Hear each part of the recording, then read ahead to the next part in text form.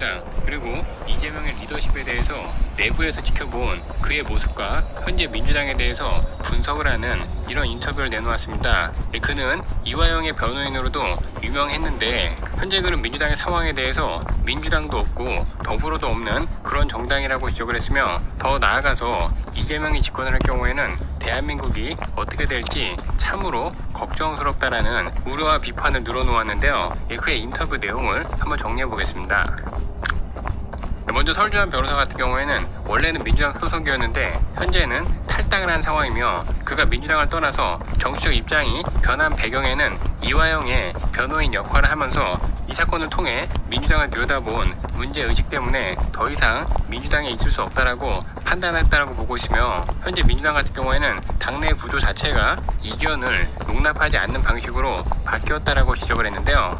그러면서 그는 자신이 민주당에 몸을 담고 있을 때만 하더라도 당 안에서 변화를 이끌 수 있다라고 생각을 했고, 문재인 정부 때까지는 일정 부분 견제와 토론 문화가 남아 있었는데, 하지만 이재명 체제가 들어오고 나서 그 균형이 무너져 버렸으며, 특히나 정치인 중심의 당 운영이라든가 그 사람의 사법 리스크를 정당 전체가 방어하는 모습은 도저히 납득할 수 없는 상황이었다고 지적을 하고 있습니다. 그러면서 그는 특히나 이화영의 재판을 맡으면서 회의적인 생각이 많이 들었다라고 지적을 하고 있고, 대북송금 사건에서 이전 지사의 변호를 맡으면서 경기도지사 권력 구조상 이화영의 상급자인 이재명이 관련이 없다라고 볼 수 있는지에 대해서 질문을 하게 되었으며, 그런데도 당은 이것을 정치 탄압으로 모든 것을 규정을 하고 이견을 아예 차단해버렸고, 그때부터 이 당은 더 이상 내부에서 바뀌지 않는다라는 것을 깨달았다면서 당내에서의 개혁은 한계가 있다라고 생각을 해서 당 외부에서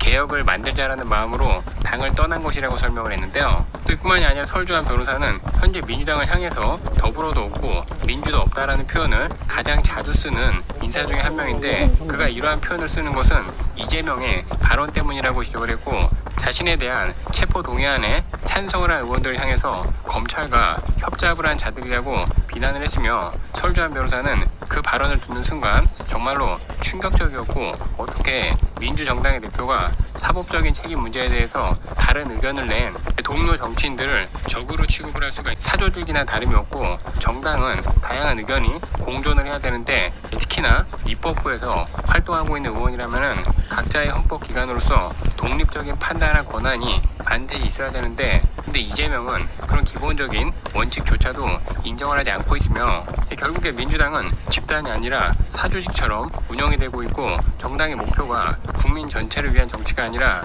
특정인을 방어하기 위한 도구로 전락을 했다면서, 이런 상황에서 더불어민주당이라는 이름이 의미가 없다면서, 그렇기 때문에 현재 민주당을 향해서 더불어도 없고 민주도 없는 정당이라고 지적하고 있다고 설명을 했는데요. 결국에 민주당은 집단이 아니라 사조직처럼 운영이 되고 있고, 정당의 목표가 국민 전체를 위한 정치가 아니라 특정인을 방어하기 위한 도구로 전락을 했다면서, 이런 상황에서 더불어민주당이라는 이름이 의미가 없다면서, 그렇기 때문에 현재 민주당을 향해서 더불어도 없고 민주도 없는 정당이라고 지적하고 있다고 설명을 했는데요. 그러면서 그는 이재명이 대통령이 되었을 때 정말로 우려스럽다라고 얘기하고 있고, 행정부하고 입법부가 완전히 결합하는 구조, 그것이 얼마나 위험한지 경보복이라는 말로 포장될 것이라면서, 그런 인사들이 대한민국이라는 거대한 조직을 이끌어가게 된다면은 국정의 모든 영역이 오염될 것이고, 설주환 변호사는 자신이 가장 걱정하는 것은 바로 이런 부분이라면서 인터뷰를 마쳤습니다. 근데 설주환 변호사가 지금 이야기하고 있는 이런 내용은 이미 다 알고 있는 이야기지만은 다시 한번 그가 강조를 하고 있는 것이며, 이재명의 이런 인사 스타일의 가장 큰 문제점은 유능한 사람들이 주변에 오지 않는다는 것이고, 또 이재명도 똑똑하고 유능한 사람들을 쓸 수가 없는 것이, 그런 사람들은 병신 같은 소리 하면은 그런 이야기를 듣지 않습니다. 그냥 본인 능력으로는 출세할 수 없는 사람들이 원래 권력자들 옆에 똥에 똥파리가 꼬이는 것처럼 꼬이는 것이고, 이런 이들은 자신들의 능력으로 출세를 할 수가 없는 상황이기 때문에 무조건적인 충성도만 보이면서 최대한 권력 옆에 밀착을 하려고 하는 행태를 보이고 있는데, 이런 이들이 국정 운영을 하게 될 경우에는 지금과 같은 무한 경쟁 시대에서 대한민국은 뒤처질 것이라고 생각이 되며, 그 피해와 대가는 고스란히 국민들의 짐으로 돌아올 것입니다. 또 차기 대선 같은 경우에는 보수 진영이 집권을 하느냐 안 하느냐 이것도 중요하지만은, 그거보다 더 중요한 것은 이재명만큼은 안 된다라는 거, 이거 국민들이 반드시 명심해야 됩니다. 이번 소식은 여기까지 하겠습니다. 한덕수 권한대행이 헌법재판관 후보자를 지명한 것과 관련해가지고 이완규 후보자는 절대로 안 된다라고 지금 뭐 난리를 치고 있습니다. 그런데 알고 보니까 이완규 후보자 같은 경우에는 민주당이 성역시하고 있는 5.18 유공자인 것으로 알려져 있으며, 더 나아가서 비상계엄 당시에도 윤 대통령 편을 한 번도 들은 적이 없고 오히려 비판하는 모습을 드렸는데, 민주당에서 이완규 후보자를 반대하는 것은 그냥 말 그대로 한 총리가 하는 것은 뭐든지 싫기 때문이 아닌가라고 지적을 하고 있고, 더 나아가서 과거 체제 전복 세력 활동을 했었던 마은혁에 대해서는 적임자라고 난리를 치더니 5.18 유공자에 대해서는 반대하고 있는 것이 앞뒤가 전혀 맞지 않고 민주당의 인사 기준이 무엇인가 어이가 없다라는 지적이 나오고 있습니다. 먼저 현재 민주당 같은 경우에는 이완규 헌법재판관 후보자에 대해서 왜 반대하는가, 여기에 대해서 객관적이고 명확한 이유를 대지 못하고 있으며 그냥 윤 대통령의 측근인 것처럼 보인다라는 이러한 이유로 반대하고 있고, 민주당의 박지원 같은 경우에는 만일에 이완규 이분이 헌법재판관이 된다면은 헌재에 암덩어리 하나를 이식 수술을 하는 것이라면서 인신공격까지 하고 있습니다. 그리고 박찬대 같은 경우에도 한덕수 권한대행이 정치적 야심에 빠져가지고 대한민국의 역사를 퇴행을 시키고 있고 헌법 파괴를 주도하고 있는 것이 이완규 후보자를 지명한 것이라고 맹비난을 하고 있는데요. 하지만 정치권 일각에서는 객관적으로 보았을 때 민주당이 이완규 후보자를 반대할 이유가 하나도 없다라고 지적을 하고 있으며, 우선 민주당에서 이완규를 지명을 하는 것이 민주주의를 퇴행을 시키고 암덩어리를 헌재에다가 이식하는 것이라고 이야기하고 있지만, 이것은 민주당의 논리로 보면은 객관적이지 않은 것이, 이완규 후보자는 민주당에서 그렇게 물고 빨고 있는 5.18 민주화운동 유공자 출신이고, 실제로 그는 1980년 대학생 시절에 5.18 민주화운동의 실상을 알리는 5.18 민주화 유공자로 인정을 받았는데요. 뿐만이 아니라 이완규 후보자에 대해서 민주당은 내란을 공모했다라고 주장을 하고 있지만, 오히려 이완규 후보자 같은 경우에는 윤 대통령이 비상계엄을 선포한 후에 굉장히 비판적인 시각을 드러냈고, 대통령이라는 사람이 계엄을 하면서 국무위원들하고 상의를 한 번도 하지 않았다라고 비판을 했으며, 윤 대통령 탄핵 국면에서도 윤 대통령을 탄핵을 해서는 안 된다라는 이런 의견이라든가 딱히 윤 대통령의 편을 별로 들은 적이 없는 것으로 알려져 있는데요. 아무튼 상황이 이러하다 보니까 정치권에서는 이완규 후보자가 과거에 윤 대통령과 가까웠던 것 외에는 크게 접점이 없고 윤 대통령을 따로 옹호한 적이 없는데, 민주당에서 이완규 후보자를 내란 동조 세력으로 몰아붙여가면서 헌법재판관으로서 반대하는 것은 별로 명분이 없다라고 지적을 하고 있으며, 더 나아가서 마은혁 같은 인물도 헌법재판관이 되는데 이완규 후보자가 헌법재판관이 되지 못할 이유는 없다라고 지적을 하고 있는데요. 실제로 마은혁 후보자 같은 경우에는 과거에 이완규 후보자가 5.18 민주화 운동을 알리기 위해서 노력을 했을 때 마은혁은 오히려 인민노련이라고 종북단체에서 활동을 했었고, 인민노련은 남한의 사회주의 실현을 통한 남북 통일을 목표로 삼은 좌익 혁명 단체로서 왼쪽에서도 가장 왼쪽에 속하는 그런 단체인데, 이런 곳에서 활동을 하고 아직도 전혀 반성이라든가 이런 걸 하고 있지 않은 마은혁은 헌법재판관 후보자로서 적합하고, 이완규 후보자는 부적합하다라고 이야기하는 것은 누가 보더라도 앞뒤가 맞지 않다라고 지적을 하고 있으며 저쪽으로 이장을 한 것이라고 생각이 되는데요. 아무튼 정치권에서는 이들의 이러한 행태에 대해서 어이가 없다라고 지적을 하고 있으며, 시민단체라든가 이들은 아까 말씀드린 것처럼 좌파 진영 인사들에 대해서는 침묵을 하다가 우파 진영의 인사들에 대해서는 피의자가 사망을 했음에도 불구하고 저런 식으로 나오는 것은 내로남불이라고 지적을 하고 있고, 또 무엇보다도 민주당은 백선엽 예비역 대장을 친일파로 몰아서 친일파를 파묘해야 된다라고 법까지 추진을 하더니, 본인들 진영 인사는 성추문이 있어도 민주열사라면서 추모하고 있는 게 어이가 없다라고 지적을 하고 있고, 이번에 장제원 전 의원을 대하는 이들의 이러한 행태가 다시 한번 좌파 진영의 선택적 정의와 내로남불을 되돌아보게 하고 있는 상황입니다. 이번 소식은 여기까지 하겠습니다.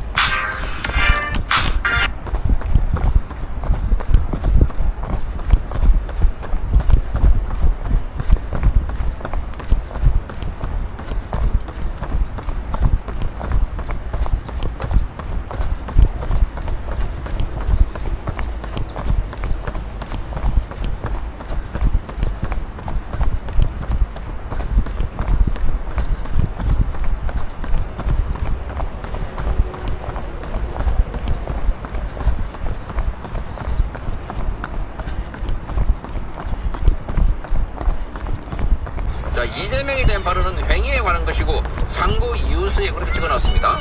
당시 이재명의 발언이 대장동 사업 관련 실무 책임자였던 김문기 씨의 교육 관계였냐 하는 질문에 대한 답으로 이렇게 적어난 겁니다. 그러니까 교육 관계, 평소에 알고 지내던 사이, 그런 안다는 의미다. 이렇게 말한 겁니다. 그러면서 검찰은 항소심 재판부가, 그리고 2심 재판부가 일반 선거인들에게 주는 이 전체적인 인상을 고려하지 않았다. 자, 그렇게 말하면서 피고인 관점에서만 유리하게 발언을 해석했다. 자, 2심 재판부의 판단이 맞다면 앞으로 어떤 사실이나 행위에 대해서 모른다라고 하면은 자, 허위사실 공표죄로 처벌할 수 없는 아주 불합리한 결과를 초래하게 된다. 이렇게 말했습니다. 그러니까 앞으로 자, 어떤 사실에 대해서 모른다고 하면은 그 허위사실이 아니라는 겁니다. 허위사실. 그 인식의 문제다. 나는 그렇게 생각하는데 내 인식인데 자, 이렇게 말하면은 선거법하고 완전히 다른 결과가 나온다는 겁니다. 또 골프를 치지 않았다. 이 김문기 씨와 이 발언에 대해서도 별개로 해명해야 되는 중대한 사안이라고 설명을 했습니다. 자, 재판부가 이재명이 골프를 치지 않았다는 발언은 자, 김문기를 모른다는 것을 뒷받침하기 위한 보조적인 논거일 뿐, 자, 그 자체로 독자적인 의미를 가지는 중요한 부분이 아니다. 이렇게 해석한 게 재판부입니다. 정말 기가 막히지 않습니까? 자, 그래서 검찰은 당시 일반 선거인들의 주요 관심사는 이재명이 국민 세금으로 골프를 즐겼는가, 그것도 해외에 나갔어. 자, 그래서 이를 김문기 씨와 함께 한 것은 아닌가, 이렇게 이제 묻고 있는 겁니다. 그런데 이것은 별개로 검증돼야 할 부분이다, 이렇게 말했습니다. 자, 그러니까 요거는 별도로 이 행위 자체를 검증해야 된다. 검찰은 이렇게 말하고 있습니다. 그러면서 국토부의 협박으로 백현동 부지를 상향했다 하는 이재명의 발언이 허위 사실이 아닌 과장된 것이다. 이렇게 항소심에서 판단한 건데, 자, 일반 선거인들 관점에서는 이해할 수 없다. 검찰은 그렇게 말했습니다. 자, 그러면서 검찰은 국토부가 백현동 부지 용도 변경을 요구한 적이 없고, 성남시 공무원과 국토부 공무원들의 일관적인 법정 증언을 보면 이재명의 발언은 정부로 입증된 명백한 허위다 하는 겁니다. 명백한 허위다. 자, 그러니 이재명이 발언한 것들 가지고 전부 다 재판부가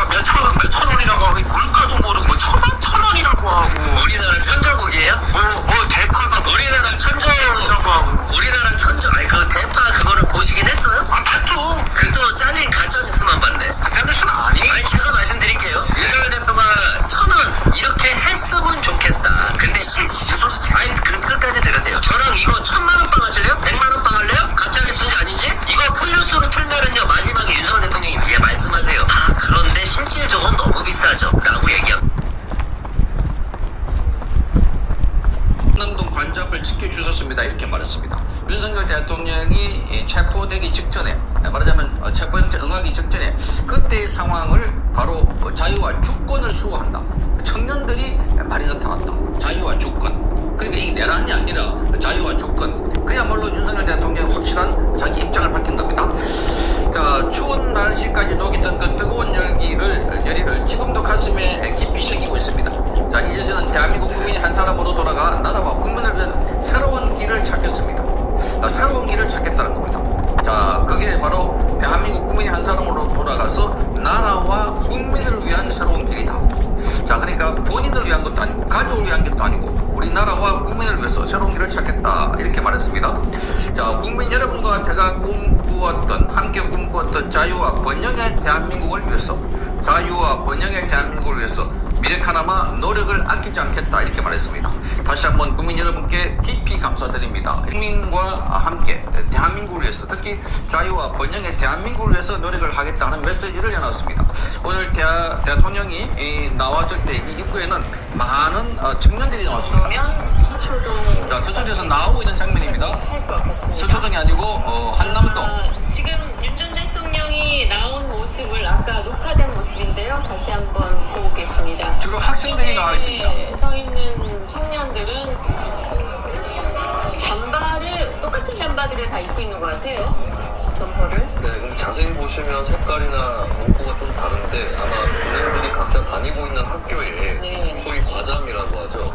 네, 그런 점퍼들을 입고 온 것 같아요. 그러니까 디자인 전체적으로 주로 젊은이들이 있는 게 특징입니다. 같은 학교 학생끼리 왔으면 같은 잠바를 입을 청년들, 젊은이들, 학생들이 윤석열 대통령과 함께하고 있습니다. 아닌가 싶고, 그리고 그 탄핵 전에 한창 이제 대학가에서 뭐 지지선언 이런 것들이 잇따라 있었는데 아마도 그런 지지선언들을 주도했었던 그런 탄핵 찬성층 청년들이 아닐까, 그렇게 좀 추정이 됩니다. 네.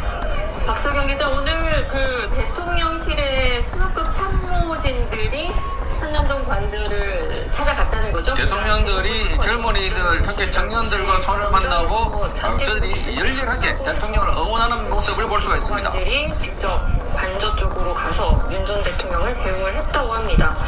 일부 참모진들은 아무래도 윤 전 대통령 배웅 같은 경우에는 공식적인 업무는 또 아니기 때문에 휴가나 연차 같은 것들을 내고 배웅을 또 갔다는 이야기도 전해지고 있고요. 그리고 또 그 참모진뿐만 아니라 국민의힘 의원 일부도 지금 그 서초동 자택 쪽으로 이동을 해서 윤 전 대통령을 맞이할 준비를 하고 있는 것으로도 좀 알려졌습니다. 네, 지금 윤 전 대통령이 계속 그 이른바 사저 정치를 하면서도 청년을 강조했단 말이죠. 이게 어떤 의도가 있다고 보세요?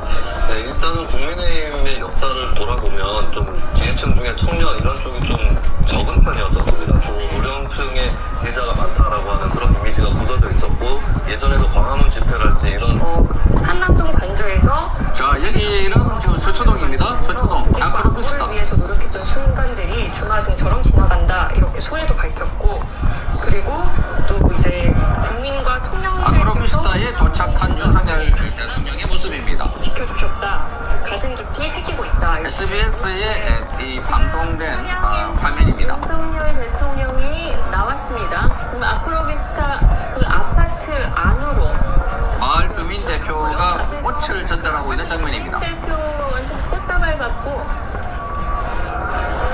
아파트 주민들도 만나고 있는 것 같은데요. 자, 어쨌든 윤석열 대통령이 오늘 한남동 관저에서 출발해서 그리고 아크로비스타가 있는 서초도의 사저로 도착했습니다. 자, 임기를 다 채우지 못했지만 그러나 막판에 국민들에게 큰 울림을 주고, 그리고 국민들로부터, 특히 젊은이들부터 이렇게 여러 같은 환영과 그리고 지지를 받는 대통령도 없었다. 보수 진영의 보수 대통령, 청년들로부터 자발적으로 지지를 받는 사람이 어디 있나? 자, 그런데 지금 국민의힘에서는 윤석열 대통령의 그 임기 후반부에 말하자면 조기 대선에 나와 있는 사람이 전부 다 윤석열 대통령에 대해서 반대, 부정한다, 이런 얘기가 있습니다. 그런데 이 청년들은 왜 윤석열 대통령의 비상개혁을 환영합니까? 청년들이 그럽니까? 청년들이 생각을 잘못하는 겁니까? 정말 알 수 없는. 그래서 국민의힘 의원들은 그곳에서 우리가 반성합니다, 그리고 책임감을 통감합니다, 책임감을